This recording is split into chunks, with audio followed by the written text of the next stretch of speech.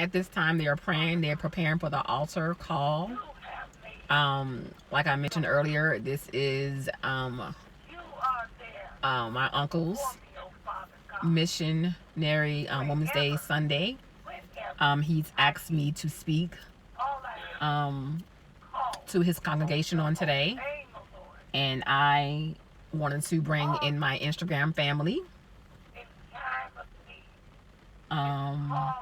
The AME church is a little different. It's definitely different than what I'm used to. I've been away. I'm originally from Florida, which is where my family resides. And I've been away from there almost 19 years. My son will be 19 this year. And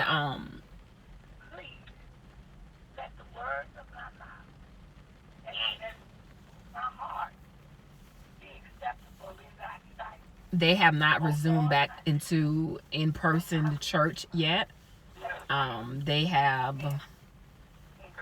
They're doing conference calls still for services. So I am honored to be available for him today in his congregation. I want to introduce, present Miss Peggy, my niece, Miss Peggy Daly, and she come to.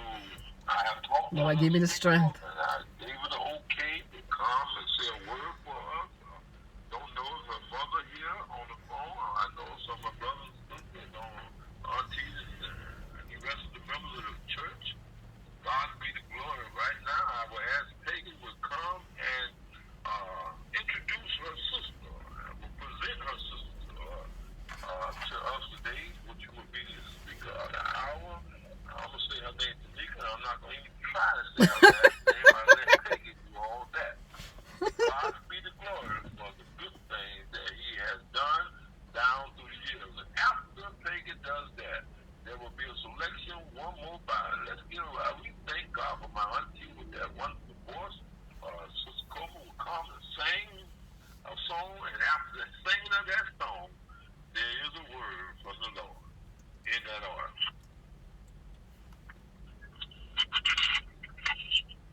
Good morning. Good morning. Good morning. I greet you all with grace and peace. As we prepare to shift our attention to our speaker, here's a few things you should know. Tanika's a devoted woman of God. She's married to her husband of 16 years and a mother of 2 growing young black boys. Tanika was born and raised in Palm Beach, Florida, and she now resides in Atlanta, Georgia, over 18 years. She is the daughter of Elisa and Donald, the late Donald Snell. Tanika is the oldest of 6 siblings, and yes, I am her baby sister.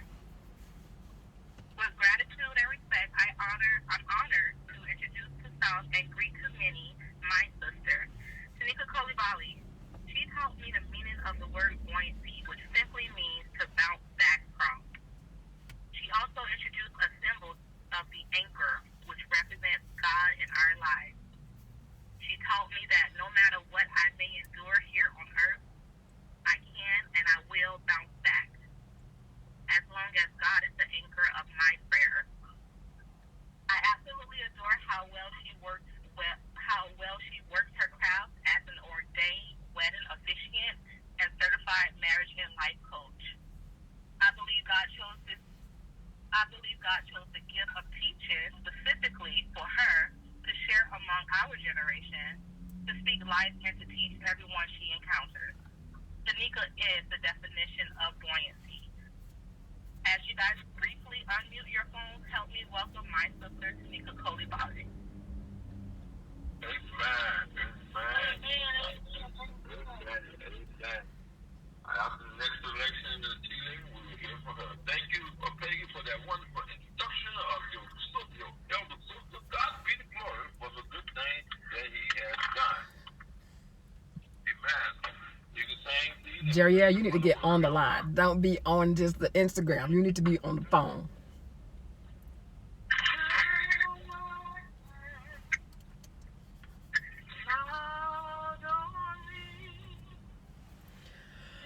I'm getting nervous now.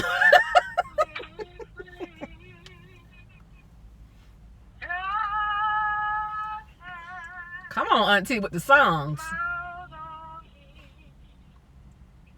Yes.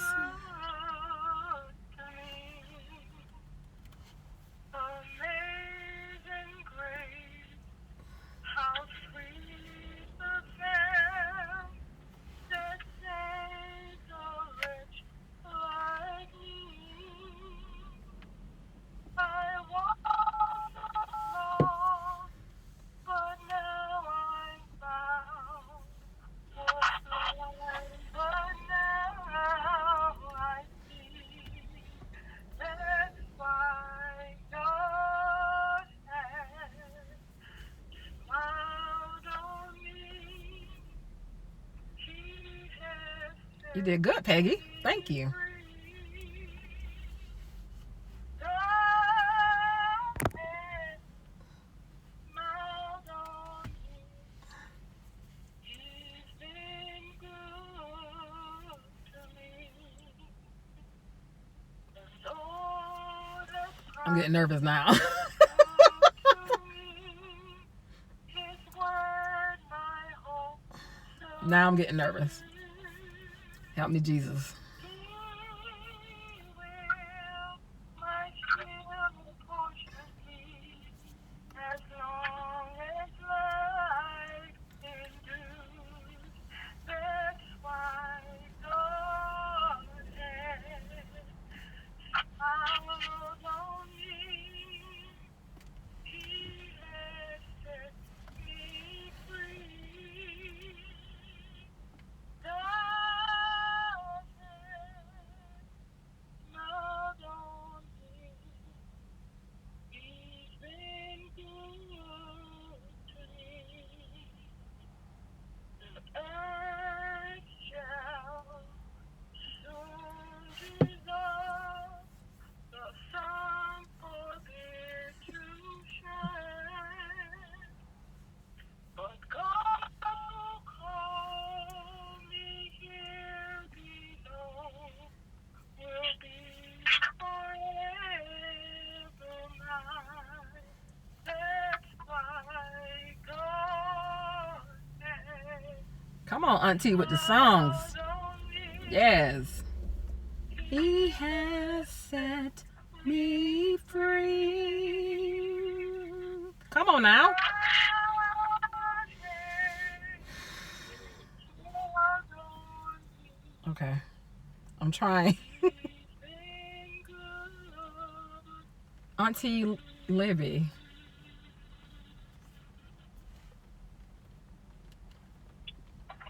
Amen. Praise God. Good morning. Good morning. Good morning. Good morning. Thank you. Thank you. Thank you. Thank you, sister, for that awesome, awesome introduction. And I want to also say thank you to both of my uncles, Uncle Lester and Uncle Jerry, for trusting me with God's word. I will definitely not hold you guys long. I am more of a teacher than preacher. So I won't hold you long. If we would, let's pray. Father, we bless you. We bless your holy and mighty name on today. It is my humble desire to bring forth your word to your people. I pray now that you touch, penetrate the hearts, souls, and minds of your people so that they may hear your word in this hour. I welcome your Holy Spirit on this line, and I bless you in advance for what you're going to do. It's in Jesus' name that I pray. Amen. I'm going to try not to talk fast because I normally do talk fast. I have more content to share versus points. If you are a note taker, this would be a good time to grab something to write down notes. I will be coming from out of the book of Luke, chapter 9, verses 46 to 56. And then I'll also read a few verses from Galatians, chapter 5, verses 19 to 23. And God's word is already blessed. Luke 9:46 says, Then a dispute arose among them as to which of them would be greatest. And Jesus, perceiving the thought of their hearts, took a little child and set him by him. And he said to them, whoever gives this little child my name receives me, and whoever receives me receives him who sent me. For he who is least among you will also be great. Now John answered and said, Master, we saw someone casting out demons in your name, and we forbid him because he does not follow with us. But Jesus said to him, do not forbid him, for he who is not against us is on our side. Now it came to pass, when the time had come for him to be received up, that he steadfast set his face to go to Jerusalem, and sent messengers before his face. And as they went, they entered a village of the Samaritans to prepare for him. But they did not receive him, because his face was set for his journey to Jerusalem. And when his disciples, named John and James, saw this, they said, Lord, do you want us to command fire to come down from heaven and consume them, just as Elijah did? But he turned and rebuked them and said, you do not know what manner of spirit you are of. You do not know what manner of spirit you are of. For the Son of Man did not come to destroy men's lives, but to save them. And they went to another village. That was Luke chapter 9, verses 46 to 56, the New King James Version. The title of my message is attached with a question. That question is, what spirit do you carry? What type of spirit do you carry? It was great to hear Auntie Libby singing today, Tasha Cobbs. Tasha Cobbs is one of my favorite gospel artists. And one of her songs that she sang is titled, Jesus Saves. And on one of the verses of that song, it says, if I be lifted up, I'll draw all men to me. If I be lifted up, I'll draw all men to me. If I be lifted up, I'll draw all men to me. That song is a constant reminder to me that God has sent us here to attract souls for the kingdom. Today, Christians are being made fun of due to their lack of humility. The world doesn't trust us. But I do believe wholeheartedly, in order for us to be great in today's era, we must examine the spirit we carry within us daily. And we must make sure that it aligns with the spirit of Christ. With so much taking place in the world, people are looking for the truth and the whole truth. And I do believe in my heart it is up to God's people to bring that forth. I'm going to share with you 3 points, and then I'd like to break those points down. Point 1. We must have the approach like little children, just like Jesus' word tells us in Luke chapter 9, verses 48. We must have that same approach to God's people. Point 2. We must stop going against our fellow brother and sister in the Lord because they don't respond like we do, which is highlighted in Luke 9, verses 49. And point 3, and this is the area I want to drive in. Jesus saves, period. This is my favorite out of all of them. This is highlighted in verse 56, Luke 9, 56.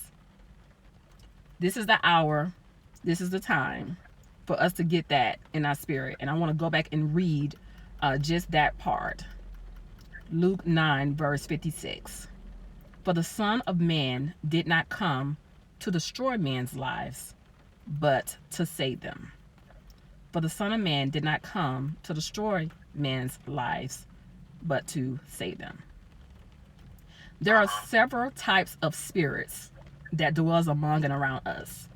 And as children of God, we ought to be aware of them. And as children, we ought to be aware. We ought to be aware of them and examine ourselves to make sure they do not dwell within us. We have the spirit of divination, which is horoscopes, zodiac signs, witchcraft. We have the familiar spirit.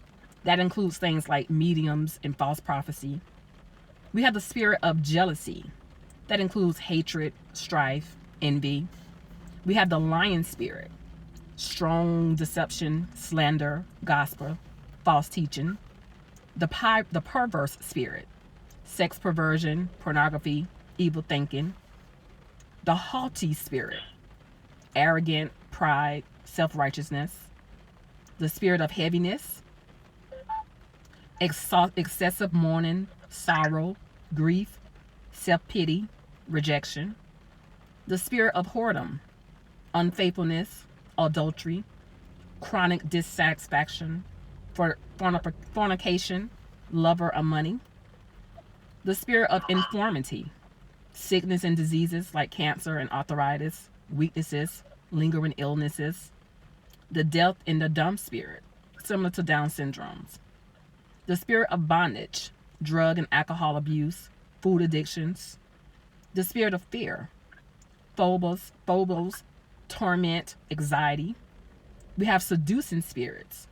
That includes false prophets of signs and wonders, liars. Spirit of the Antichrist. This person denies or disagrees with Christ's teachings. The spirit of error, an unsubmissive person, a servant of corruption. Spirit of poverty, greed, fear of loss, a family line curse. And the spirit of death, suicide attempts. All these can be found in the book of Galatians chapter 5 verses 19 to 21. But today I want to speak to the fruits of the spirit, because God's word tells us in Matthew 7:16, they will know us by our fruit. They will know us by our fruit. Who will know us by our fruit? The ones that God has sent us to attract their soul to the kingdom. Galatians 5:22 and 23 says, the fruit of the Spirit we shall walk in as believers of Christ is love, joy, peace, patience, kindness, goodness, faithfulness, gentleness, and self-control. The only way you will be able to walk in these fruits is by remaining in Christ. What spirit do you carry? What spirit do people see in you? What spirit abides among you? Do you carry the spirit of love? That unconditional love? That love that our Heavenly Father has for us? A love that doesn't hold offenses or grudges, but responds with action? Or do you carry the spirit of joy? A spirit that displays God's strength or inner gladness. This is an unexplainable spirit that can only be given by God Himself. Happiness that is a happiness that's not dependent on our circumstances. Do you carry the spirit of peace? That peace that surpasses all understanding. An overwhelming comforter. This is an unbothered spirit, as the young people will say. Do you carry the spirit of patience? The spirit that burdens the load for someone else, eliminating their own and allowing someone else instead. This is the type of spirit that doesn't focus on the win, but allows God's perfect time to manifest. Do you carry the spirit of kindness, giving of yourself in time, not expecting anything in return? Moral goodness. The spirit of goodness, living up to your virtue as a man or woman of God, a person of integrity and character. What about a spirit of faithfulness? Evidence that the Holy Spirit is working through you. It's a dependent spirit that trusts and confidence is fully submitted to God's way. A spirit of gentleness or meekness. This is a word that wives hate. A restrained discipline. It is a restrained discipline. It's a servanthood. Meekness is not weakness. is strength under pressure. Submission is the word. Or what about the spirit of self-control? Discipline on the battlefield. Are you able to control your sensual appetites and desires? What spirit do you carry? And I feel like that's the word that God is asking us today. That is the question that God is asking his people today. What spirit are you carrying? How can we be ambassadors for Christ if we're not walking in the fruits of the Spirit?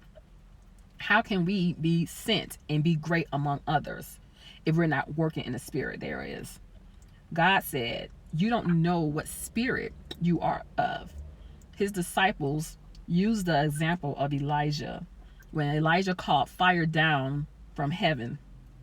But when Elijah called fire down from heaven, he was using that in a different content. He was using it in a different way. God's disciples wanted him to pull something down. That's not what God was doing. God said, no, we're going to come in a humble position. We're going to come in a humble format. God is asking his people today, what spirit are you carrying? What spirit do people see when they see you? 2 Chronicles 16:9 says, for the Lord's eyes is on the ones he roamed to and from earth, looking to see if anyone he can use, if it's anyone that he can use to bring forth his word. Is there anyone he can use to bring forth salvation? I like to also end with one of my own transparent moments. As a marriage coach and coaching wives, one of the things I get a lot from my wives is, what about him? What about him? What about him? I'm always getting, what about him? Well, he did this and he did that and he did this. And a lot of times wives are not in full understanding the part that they contribute to their unhealthy husband, or the part that they bring forth to their unhealthy spouse. I've been walking with God seriously since the age of 27, but I've been saved since I was about 9 or 10. And I must say, my marriage has been the place God has humbled me the most. I come from a strong bloodline where speaking our truth is the norm. But the kingdom of God supersends your bloodline in our culture. One day, God called me out. He told me that you don't know what spirit you are of. Now, mind you, I worked in a church as a minister. I did Sunday school teaching. I knew God and I was very familiar with his scriptures.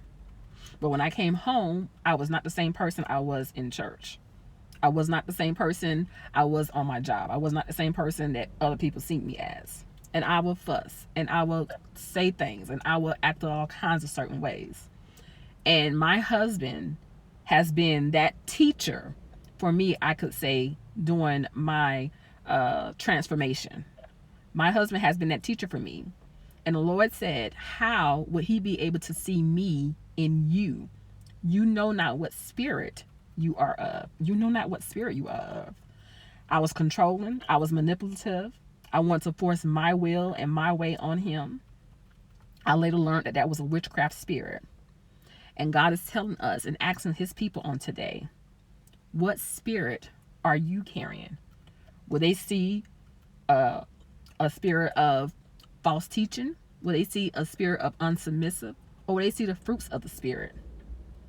God said to me during my devotion time, I'm going to use you for greater works. I'm going to do greater things in you. It is my humble, as I bring forth God's word, it is my humble intention today to express and remind us as God people. John 12:32 says, and if I be lifted up from the earth, I will draw all men unto me.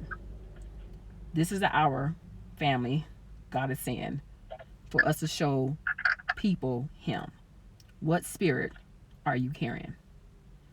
And the word of God has been spoken. Amen.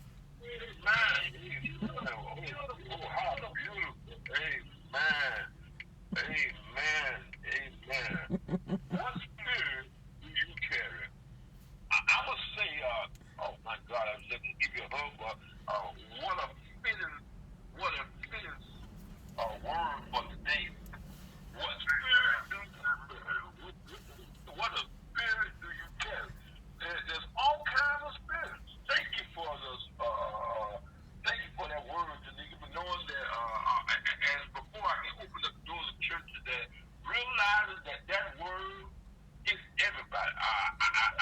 wanted to say ouch, and I wanted to say amen, because even speaking, you find yourself in some of those spirits, in those things that you give.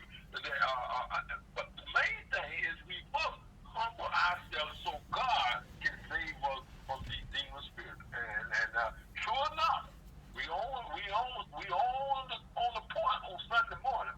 But sometimes not before we even get out of the Sunday office, we got another spirit in us. But I'm so glad to know this. Thank you for the word, Tanika, for the awesome word that God used you in a powerful way. And I'm sure not being just the only one, but I realize that even with this, while we open up the doors of the church, we're realizing that even a spirit that you might need to work on or ask God to help you. And the 3 points again, first you got to humble yourself as a child of God can speak to you, and God will save. I'm so glad to hear that my spirit was in there. Some of these things that I got to work on as a pastor. Lord, I thank you, Lord, that it came from another person knowing that I have to work on some of these things. As we prepare ourselves today, as we open the doors of church, as we come and we get aunties sing a song as something to come to Jesus or whatever, but if you don't know the word, if you don't understand what spirit do you care, this is your time to go to God. Can I tell you, if you heard it, but the Lord will help you to understand the spirit that you're going through as we prepare to open the door.